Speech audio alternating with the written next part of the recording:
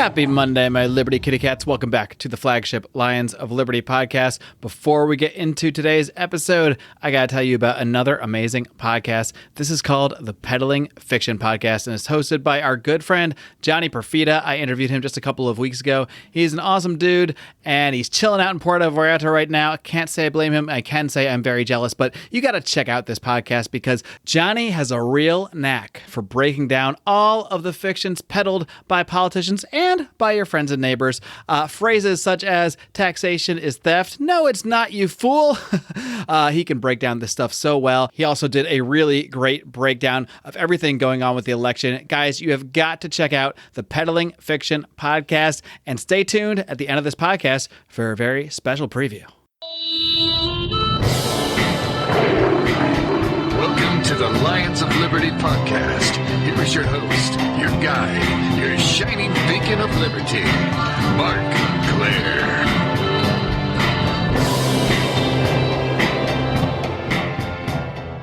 My guest today is the director of communications at the Fairness Center. He is also a professor at Lehigh University. He is, of course, not here representing either of those organizations. He is here representing himself. He is the one and only Connor Drigotas. Connor, are you ready to roar? Absolutely. Thrilled to be here. Thanks so much. I got so fumbled up trying to make sure everyone knew you were not representing those other organizations for which you work. I forgot to mention the real thing that you're here to talk about today, which is a book you just published called Work for Liberty, a resource guide for finding employment in the liberty movement. I'm really excited to talk about that and talk about your journey actually working for liberty as you do now. But first, why don't you just recap us a little bit? I actually interviewed you a couple of years ago, but it's been a while. There's a lot of new fans here. So why don't you just give us a little recap of how you got involved in the liberty movement, how you got excited about libertarian ideas, what made you even want to work in the liberty movement in the first place?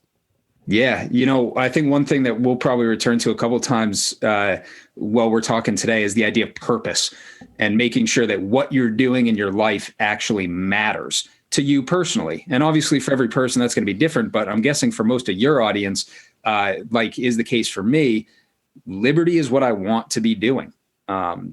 So I grew up in Maine, and I found liberty through Gary Johnson. Believe it or not, I know he can get a mixed bag of results. I'm getting some boos at the radio right now. But now is this 2012 kind of normal, not too shabby Gary Johnson, or high out of his mind Bill Well 2016 Gary Johnson? No, believe it or not, it was even earlier.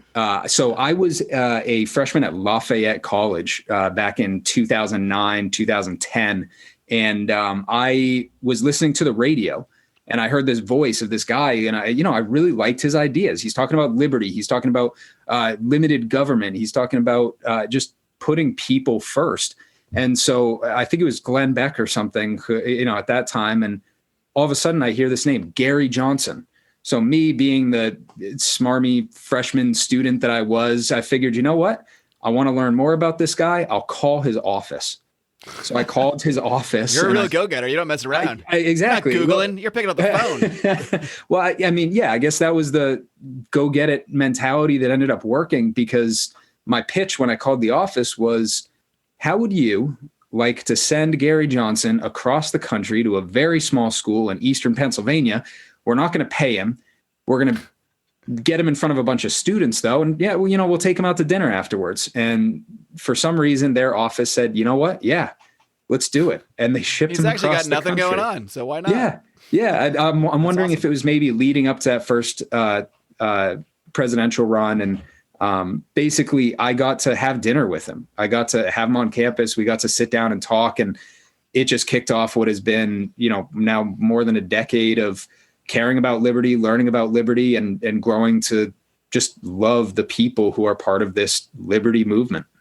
What was it like, meeting Gary Johnson and sitting down with him in person? Because, a lot of the criticisms you get of him is that, he's a goofy guy, he's a nice guy, and no one really has anything bad to say about him, but people say he's not that, inspiring necessarily in terms of actually turning people onto the ideas of liberty. It sounds like that was not the case for you. So what was it like, between hearing him on the radio and then going to actually seeing him in person? Yeah, obviously the biggest thing for me was, holy cow, I can sit down and talk to someone who's in politics, who's a real human being. So of course, he's not going to be leading a populist movement, right? He's never going to be the type of person who's out in front of crowds, getting them rah-rah about anything. But on a one-on-one I found him to be incredibly inspiring. And, me and him have had our differences of ideas over the last 10 years, as his ideas have developed and my education and liberty has continued.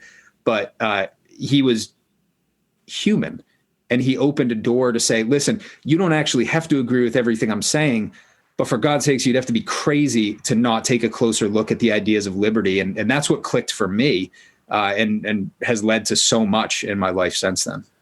And sometimes that's all we can ask out of whether it's a presidential candidate or just somebody, that's out there representing the ideas in some way. Not everybody's going to message everything the way that we individually think is perfect. Not everybody's going to be the best communicator to the masses, but almost everybody, if they are knowledgeable and passionate enough, is able to interest somebody in the ideas, get them excited, get them thinking in a different way enough so that they go on down their own path from there. Not everybody has to fully form, someone else into a perfect libertarian. It's so true. And, I always talk about leading with an olive branch instead of a sword, right? I mean, one of the cool things about liberty is that it really has nothing to do with a political party. It has to do with principles. And we can find those principles on the right, on the left, obviously in the Libertarian Party. So I'm always saying, when you talk to someone, once you could figure out kind of what matters to them in their heart and in their head, start talking their language. The ideas of liberty are going to click with them on some level and on some issues. And we can be making friends every single political room that we walk into. Right. So where'd you go from there after your dinner with Gary, so to speak? What from that point, how did you continue your involvement in the liberty movement? Why did you decide this isn't just going to be a hobby of mine? This isn't just going to be something that interests me. This is going to be something that would eventually become your entire life. Yeah, honestly, I wish it was that straightforward of a path. And I wish I was that smart when I was leaving college to actually put principles first. To be honest, when I graduated, I spent a number of years doing stuff that I wasn't super happy with. I worked for Target Corporation running logistics operations in upstate New York. I went out and I got my Series 6 and 63 financial licenses. Really, the impetus for my work now came in 2017 when I was working in a sales job, outside sales, doing 200 cold calls a week, getting no's, getting thrown out of buildings for trying to sell a staffing service in Pennsylvania. And I got laid off. And I found myself that July realizing that I had no income. I had a mortgage to pay. I had, bills coming in. And the promise that I made to myself was, I am never going to take another job that doesn't matter to me. I won't do it. And maybe that was, again, me being a little prideful, and me being maybe a little over optimistic. And it was, you're saying I will lose my home if I have to. If that means I don't go back to a job I don't like. Right, I don't care. I wasn't married at the time. I didn't have kids. Well, so that probably helps. Yeah. I mean, otherwise you got to consult someone about that kind of decision. For sure. Yeah. But what I wanted to do is spend some time. And to be honest, I at the beginning, I thought this was going to be weeks. Hey, this is great. I've been volunteering in the liberty movement for a while. I was spending all my free times on campaigns and helping organizations. I figured this will be great. I'll call some people, hopefully make some connections. But the reality was, man, I was not as connected as I thought I was. And that was a real wake-up call. So I ended up spending 6 months living off my savings, paying my mortgage out of a dwindling savings account, until I finally found a job that I love, that I'm still at to this day, right? At the law firm. And it's an exciting time to realize that you found work. So what I mean by that is work that matters, something that when you wake up every day, you feel good about it because it's pursuing something that you actually care about. But over the course of that 6 months, I spent a tremendous amount of time finding resources, finding job portals, finding recruiters, finding different interview tips and tricks, talking to people. And about a year ago, I had obviously been in this job now for a few years, and I came across this folder of all of this research I had done with to help myself find a job in the liberty movement. And what I realized is, man, this really could be something that could help other people. I know for a fact that there are people who wish they could work for liberty full time. How do I put this in their hands? And that became Work for Liberty, which is obviously the book that has been my work now for a while. It's exciting to see it helping people. Yeah, so this is really interesting because a lot of people this year with the lockdowns, with layoffs, furloughs, all sorts of things, it happened to me as well, found themselves unexpectedly in a position where they didn't have their normal situation, where they didn't have that normal paycheck or that normal job. And there's a couple ways you can go when that happens. You can get bummed out, think the world is coming to an end, and just kind of get depressed about it and say, okay, I'll take whatever I can get. I'll do whatever I have to do. Or you can use it as a time, an opportunity to take a step back, like you did when you got laid off in 2017, and say, all right, what do I really want to do with my life? What are the things that I can do that will actually produce the most happiness for me? Because one thing we're never, ever taught in school growing up, they just teach you, okay, here's what you need to learn. You need to learn these things so that you can go to college. And in college, you're going to learn some more things. And once you learn those things, then you'll go get a job, and that'll give you a paycheck. Once you have that paycheck, guess what? You can go into debt, and you can get a house, and you can pay that mortgage, and you can work that job for the rest of your life until you retire at 65 and get your Social Security check. That's all you need to know. All right, off to the world with you. They never talk about finding a sense of purpose. You never learn about what really is what can bring satisfaction to someone's life and true happiness. You're really just taught about get a job, and that's it. Yeah, it's true. You mentioned earlier, I teach at the college level, and I teach business communications, and a lot of that is exploring purpose. And it's something that is so important in the classroom. And it is, I very much had the same experience. I didn't get that. And maybe that could have saved me, a few years doing jobs that weren't rewarding before I found something. I mean, those are the prime working years, right? I don't want to have to push off purpose to, as you said, death. But I'm maybe a little more optimistic. A lot of people see retirement as the time to explore their passions. Why not add an extra 40 years onto doing something that you believe matters? Yeah, I've never loved the idea that you work for like 60 years until you can finally in a place where you can now you can relax and enjoy life. Now that your body is basically disheveled and half dysfunctional. Yeah. Oh, it's a total mess. The system's a little screwy, and I think the big drive for me was I spend a lot of time around people who care about liberty intentionally. I seek out those groups, and a lot of times I'll hear people say things like, they're just so excited about their ideas, their principles of liberty. And invariably the conversation comes around where I say, that's amazing, man. What do you do for a living? And, hey, I'm a bank teller. I work in finance. I'm supporting the government fiat banking system that I try on Facebook every day. The energy goes out of their voice pretty much no matter what it is. And that's the problem that I want to fix. The liberty movement should be a group of people who lift each other up to create great things. That's how we win. And I want to be part of that solution. I'm curious, Connor, how did you go about translating the skills that you had acquired in your previous, your previous profession? I believe you're doing sales right before this happened. How did you go about translating the skills that you knew you had, along with maybe other skills that you had to attain or figured out you had to attain, and actually go about getting that first job? Obviously, it was like a 6-month process for you, but what were some of the key steps that you took along the way where you're able to actually land a job with a law firm? As far as I know, I don't know if you had worked at a law firm before. I mean, how did you go about pitching yourself and the skills that you do have to apply this to something you actually be passionate about? Yeah. So one of the misconceptions about the liberty movement generally is that the only types of people who have jobs working for liberty are policy wonks, producing white papers to convince state and federal legislators to run certain things. It's a very technical ivory tower type of perception. And one of the things that I had to overcome in my own mind is I was thinking, oh man, do I have to go back to school? What do I have to do to accomplish this? Is all of a sudden I realized that the liberty movement is comprised of law firms, of course, policy organizations, grassroots organizations, advocacy firms, and they need all kinds of people. They need communications experts. They need people who can write good articles. They need reporters. They need administrative assistants. They need people who can knock on doors.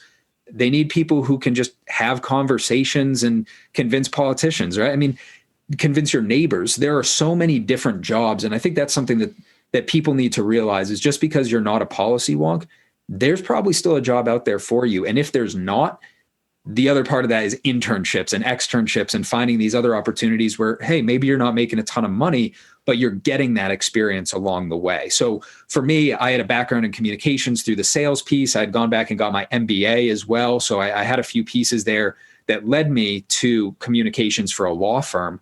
But there are such a wide variety of skill sets that can be used. And please don't anybody think that you're limited by where you've been. Because if someone who worked in, moving freight for Target Corporation can find a job fighting for liberty, under that Big Ten of liberty, anybody can do it. Hey there, kitty cats. I need to take a quick little break to remind you that if you love coffee, and I need coffee to get through interviews at this point because, let's face it, I just passed 40. I need a little extra kick in my step, and I get that kick from our good friends at Lorenzotti Italy. These guys have some premium coffee blends at an amazing price. You want to check them out at lorenzotti.coffee. That's lorenzotti.coffee, not .com. And what I love about these guys is that they aren't just fine coffee connoisseurs. They are also not just entrepreneurs themselves, but they are out there helping other people start their own businesses. They help people procure equipment, financing, and everything else they need to start their own coffee shops. So please do check out our friends at Lorenzotti Italy. Don't forget to use discount code LIONS for 10% off your order. All right, so what would be the first steps that you would advise? Let's say we've got some people listening today and they're thinking, man, this guy's right. I just go to my job every day. Maybe I even make good money. Maybe I'm even happy with my situation overall, but oh my God, he's right. I just go and do my job. I don't have any purpose to it. It's not bringing me satisfaction. This actually would bring me satisfaction if I knew I was actually acting out the things I talk about, the things I believe, if I could actually help people find greater liberty in their lives and make that what I do in life. But oh crap, what do I do? I've been at this job for 10 years. My career's going in an upward pathway. I could just simply stay there and keep things going and everything would be fine. How do I actually take that mental leap and pull myself out of a comfortable situation? Now for you, maybe you were lucky that you got pushed out of that comfortable situation. So maybe you even had an advantage in a weird way, because sometimes being in an uncomfortable situation is what really forces you to really look inside and do things that you might not have done otherwise. But what would you say to someone that is in a comfortable situation that is starting to get that itch a little bit, that is saying, you know what, I would get a lot more purpose actually out of working for liberty? How would you take that first step? Well, if it's a mental discomfort in your job or just a general discomfort because the world is a mess right now, I think it's so important that people first and foremost know you're not alone. There are communities out there that are growing, and there are people in this world who want to support you. Part of what I'm trying to do here is this is not just a book. Work for Liberty is not just a book. It's also a community of people. For us right now, that's a Discord server of approaching 100 people now who help each other find jobs.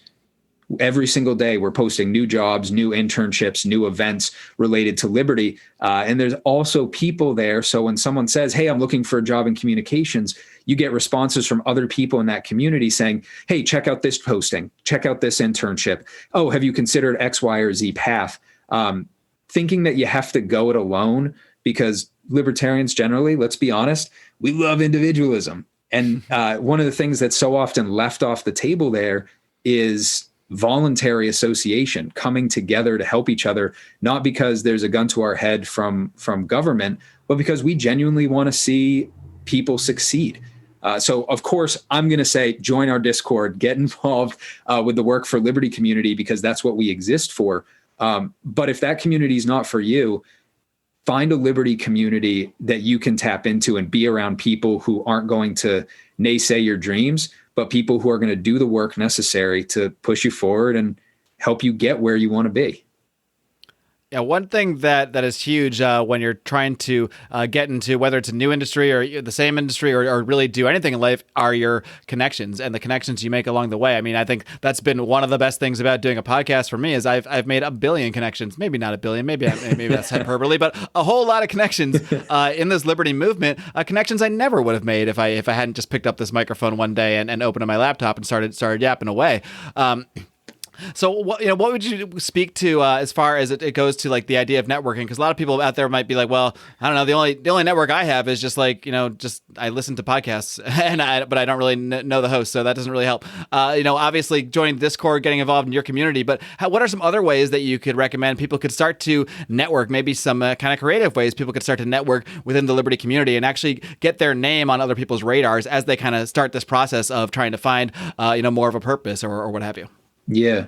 In the book, I talk about networking specifically. The book has a couple different things. Well, it covers how to write a resume and how to write a great cover letter. How do you handle behavioral interview questions? And then it also has a whole section that's just a resource list, more than 100 organizations in the Liberty movement broadly that with direct links to their job pages.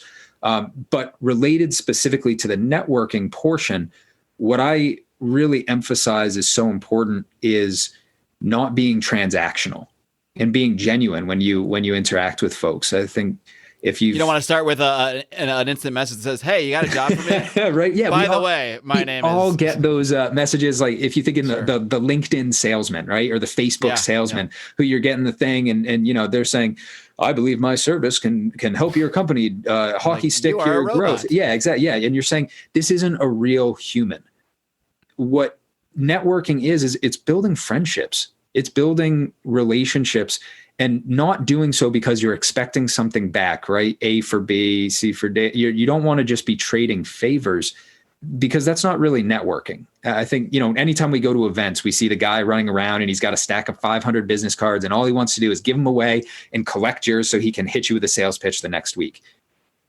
I've found that the more time I spend with fewer people actually understanding what they need and then providing help for them, the more it comes back and helps me, right? Hey, you're a podcast host. I have this other guy who would be a great guest. Let me introduce you to. You don't need to pay me. You don't need to do anything. This is obviously just one example that's relevant for a show like this, but that's what you want to do because that just puts good and a rising tide carries all ships. So jumping in with actually genuinely helping instead of just looking for favors. It's so important to build real relationships where people want to help you in the long run. Yeah, what we're really talking about here is providing value to other people. I mean, you can provide value just by being a friend, just by engaging in interesting conversations, or you can provide value by connecting people to other people. Whatever transaction you are involved with, even if it's just an instant message, you got to be providing value. You can't just be leading with the thing you want, leading with an ask of something when this person doesn't even know you. You have to find ways to show yourself, to prove yourself valuable in some way, shape, or form, whatever that may be. Yeah, for sure. And don't get me wrong. If applying for jobs is a transactional process, right? If you see a job where, hey, I'm going to apply to be the director of communications and here's my resume, here's my skills, I want this job. Of course, that's a transaction. But what we're talking about is when you're trying to figure out where you are in a landscape that, right now, if you're listening to this and you're in a different area, you're not working for Liberty full time. And that doesn't mean that you won't be in the future, but there are steps to get there. And that just means genuinely showing care and demonstrating your value, not just talking about it. What, as someone who's out there and you're seeing a lot of the the kind of jobs that are open in the libertarian movement, the kind of jobs that people are searching for, what do you see are some of the biggest needs? Maybe some of the biggest needs that people wouldn't even think of. People might just, like you said, it's not just policy wonks writing white papers out there. There's all sorts of needs that it might not even occur to you. You already have the skills. You already have those. So what are some that come to mind that might pop into people's heads that are listening and say, oh wait, I actually already have that skill. I could actually jump into this right now. Yeah. The number one thing that organizations need right now, especially, of course, nonprofits, are development people, folks who can raise money. And I think that can come from a million different worlds. If you are working in finance, if you're working in sales, if you're working in academia, all of these things provide an amazing foundation for making genuine relationships and making asks to help raise money for important causes. That's an easy one right there. But the second one that I'd say is effective marketing people. Right now, I think we can both be pretty honest that something that conservatives and libertarians often do pretty poorly is human connection marketing, where they're telling stories instead of just presenting data. So that's an incredibly unique skill set where if you can tell a compelling story that doesn't just say, here's why fiscal responsibility is going to decrease, some financial measure. If you can talk about how it impacts a real human being, that connects with people. And that's the messaging that Liberty needs generally to be successful. Yeah, because the fact of the matter is, as much as us libertarians, many of whom like to see ourselves as very logical, most people are not persuaded by logical arguments, is a sad truth that we need to accept if we want to function in this world. People are not persuaded by charts and graphs and equations and this sort of thing. They are persuaded by real stories, by human stories. I know you're not here representing the Fairness Center, but I mean, that is one thing that you guys do at the Fairness Center. It's one thing you do in your role.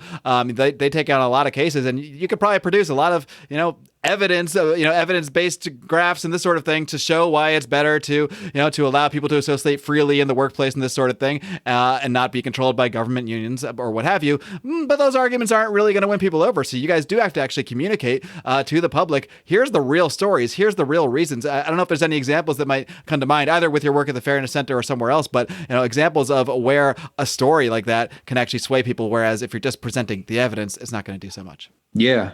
At the Fairness Center, that's a great thing generally because, of course, lawsuits are inherently a stack of paper that not a lot of people read, right? Unless you're the judge or the clerks on that or the lawyers, of course, not a lot of people are sitting down. So one of the things that we've done that I found to be really successful is instead of putting our lawyers out there talking about the case and the legal concepts and those dry topics, we actually produce videos of our clients talking. Mm-hmm. So it's not about the liquor store or it's, Cabler versus UFCW. It's about John Cabler, the liquor store clerk whose union misled him about his rights. And that's a compelling story, especially when it's a real human being who's telling it. At the end of the day, that's what makes all the difference in the world. Right. So there really is a role for everybody, whether it's as a communicator or whether it's as, I'm sure any organization out there needs everything. They need someone at the front desk welcoming people in. I mean, where would you go about looking if someone, a lot of jobs are online now. I think for a lot of people, like remote work is ideal. But I mean, you can even look in your local geographic area because there's probably Liberty type and Liberty centric or at least Liberty adjacent organizations all over the place that people don't even think of. So what are some ways to start when you just maybe want to start researching different companies and different organizations that you might want to consider working for, even just like whether it's geographically local or remotely? Yeah. So obviously that is a resource that I did try to include in the book. It's not a comprehensive list, but I kind of took the top, some little over 100 organizations in the country that work in this area. Liberty is a broad tent. So the book is a great place to start, but back in the Discord, one of the things that we're putting together right now on the back end is actually a library of organizations that's going to be searchable by geographic area, that'll be searchable by types of organizational needs. So if you're a communications person, you should be able to resort this list to just narrow it down to relevant organizations. And within that, it's not just organizations that we're listing. We're also putting in a section for recruiters, for job portals. So there isn't just one that I recommend, but there is a defined place where you can go to get a list of the top 5 or 6 where you can tap into those resources, make sure they have your resume.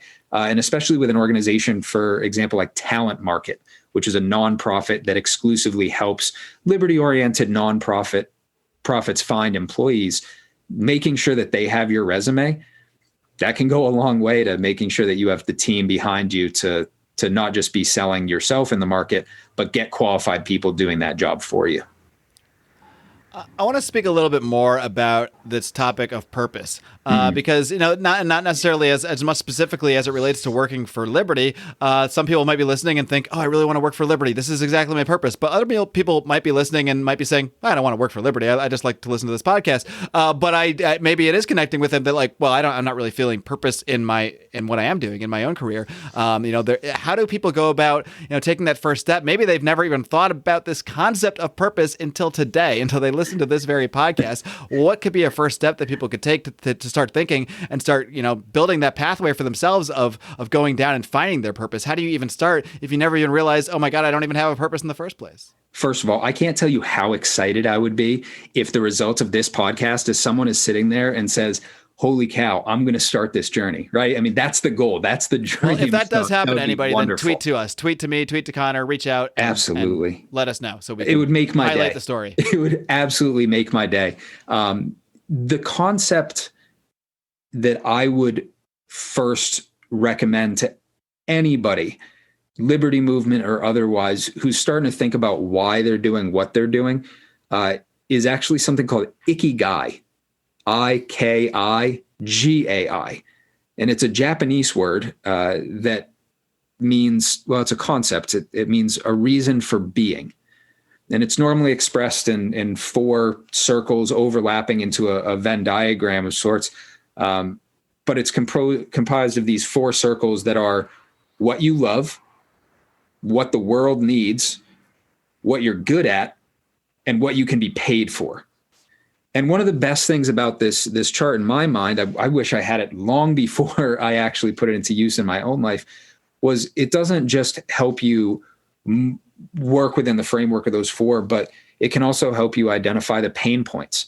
Which of these areas are missing, right? If you're delighted with your life and there's fullness, but you really have no wealth, then you could probably say pretty easily, hey, this is a combination of what I'm good at, what I love, and what I need, but I'm not getting paid for it, right? It's an analytical tool for introspection.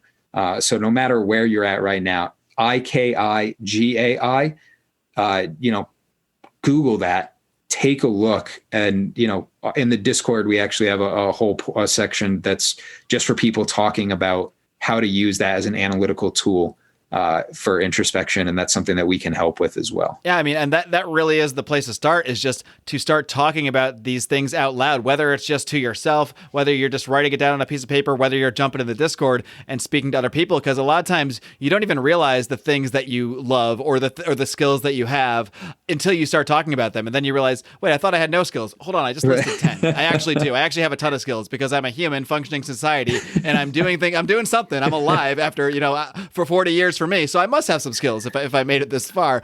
So everybody has skills that they don't even realize they have. And often it's really these conversations that bring these things out. Yeah. I mean, well, like you were saying before, and it's not something that's taught in school, which is such a waste, right? I mean, everyone knows. This should be even almost before like spelling and reading and math, because what's the point of these things? Why are we even doing those things? It's to get to some end, obviously to eat and breathe and function in society, but why are we even living? Why are we on this earth? This should be, I feel like this should be brought up before we can even, not before you can talk, because I guess you have to talk, but really, really soon after that. Yeah, I couldn't agree more. I'm so glad you said it like that too, because purpose changes over time. So it's not even to arrive at, you spend the time, you sit down for a few hours or a few days or a few weeks or longer sometimes, right? This isn't a catch-all and an immediate fix, but when you arrive at your purpose, your ikigai, that doesn't mean that it's going to be the same thing forever. So giving kids, especially, the tools to, analyze their own purpose and help them realize that when they are in a job that they hate, maybe they realize, what you love, that category is now missing. And instead of having to sit there and deal with it, right? We're dealing with a crisis of mental health in this country right now. Part of it is that people don't always know how to look internally because it's very uncomfortable to do that. I want to put tools in the tool belt for people, especially, selfishly among liberty allies, because I never want to hear about someone who could have been an amazing help in the liberty movement, a dear friend who is unhappy or does something they can never take back because they simply didn't have the tools in their tool belt to pursue purpose. It's broader than just jobs, I guess, is really what I'm getting at. It's about being happy in your life. And that's so important. And they're all tied together, because if you're doing something, if you're driving yourself towards your purpose, if you're actually taking actions every day that are leading yourself to something you can actually point to and say, this is what I want to achieve, this is what I want to do for other people, you're going to be more satisfied every single day knowing those actions actually have a purpose, knowing you're not just going and creating widgets for somebody else so some giant corporation can get rich while you just come home, go back to bed, and repeat the process the next day. It's no way to live. It's just no way to live. No way to live. Indeed, Connor. Well, I'm glad that you, I'm not going to say I'm glad you got laid off, but look where we are now. I think it worked out. So maybe we should be grateful for it, because oftentimes it takes a turn of events in life, like many did experience this year, to really put yourself in that uncomfortable position that you need to be in to actually push yourself and maybe find your purpose and push yourself towards that purpose. So I don't hope anybody listening today has to be pushed into a tragic, difficult situation just to find that. But I do hope people get inspired by this conversation to maybe start thinking a little bit about, okay, am I really doing something purposeful? Maybe that purpose is helping in the liberty movement in some way. Maybe it's something else entirely, but whatever it is, I really hope that this inspires people to at least introspect a little bit, check out the icky guy, see where we got the overlap, and go from there. And there's no better example, because you're not someone that just wrote a book about it and tells people to do it. You did it, and you can actually show through your experience how to actually do what you want to achieve, how to actually get work in the liberty movement in this case. So why don't you just do a quick little run through of how people can find the book. I always feel silly at this point. In 2014, it felt different when I first started the podcast. Now I feel silly telling people how to find a book, because come on, if you found the podcast, you can probably find the book. But anyway, we'll go through the motions. Well, I'll do my due diligence. I'll make sure you have the direct Amazon link for your show notes. But cool. The book's available on Amazon. You can also find the book at ConnorDrigotas.com, and you can find me. Connor with an E. That is true. Conner. Man, I always would think Drigotas would be the harder part of that. But, I'm pointing out Connor. I'm like, they'll get Drigotas, fine, no problem. Well, yeah. So ConnorDrigotas.com and at CDDrigotas on social media everywhere. All right. Well, Connor Drigotas, keep up the great work, and hopefully keep up that great work in the liberty movement, and keep on roaring. Thanks so much. Talk soon. All right, my Liberty Kitties, I hope you enjoyed my conversation with Connor Drigotas. Be sure to check out the show notes over at the brand spanking new lionsofliberty.com for all the links you need, all the relevant links to find out how you can, in fact, find your purpose. And perhaps that purpose is in working for the cause of liberty as well.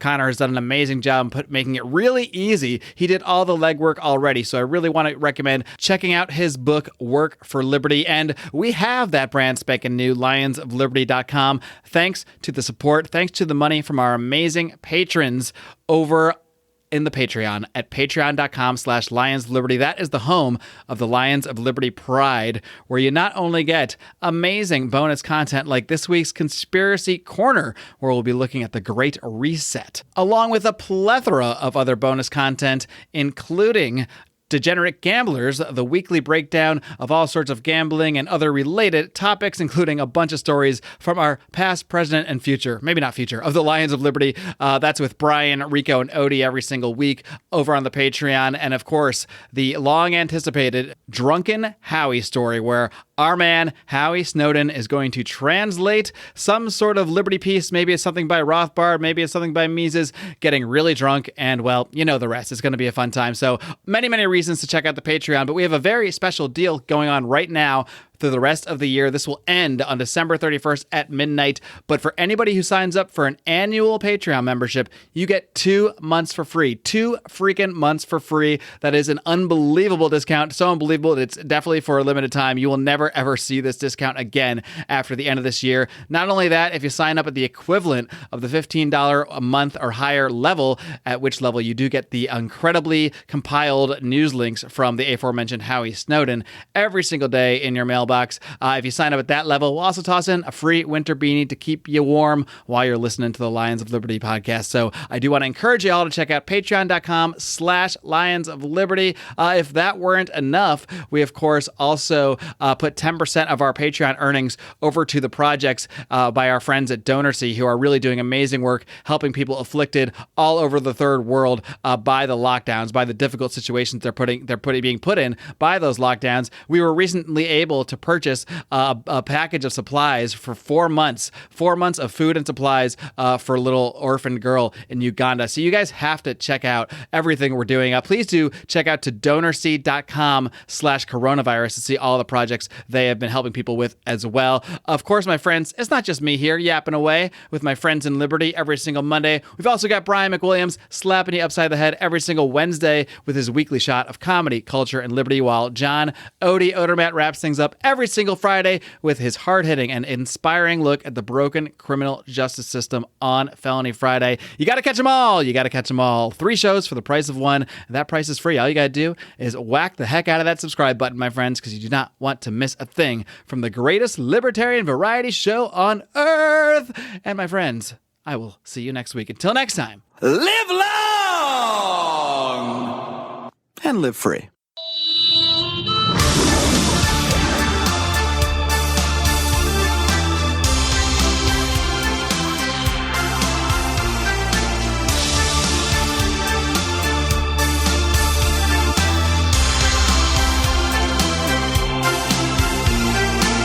Anyone claiming that America's economy is in decline is peddling fiction.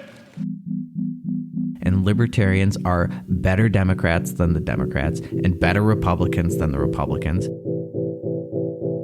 A Republican president, a Republican-controlled Congress, presided over the biggest expansion of government up to that point in history. And what's going to happen when they realize that Social Security is nothing but a racist, sexist, ageist Ponzi scheme?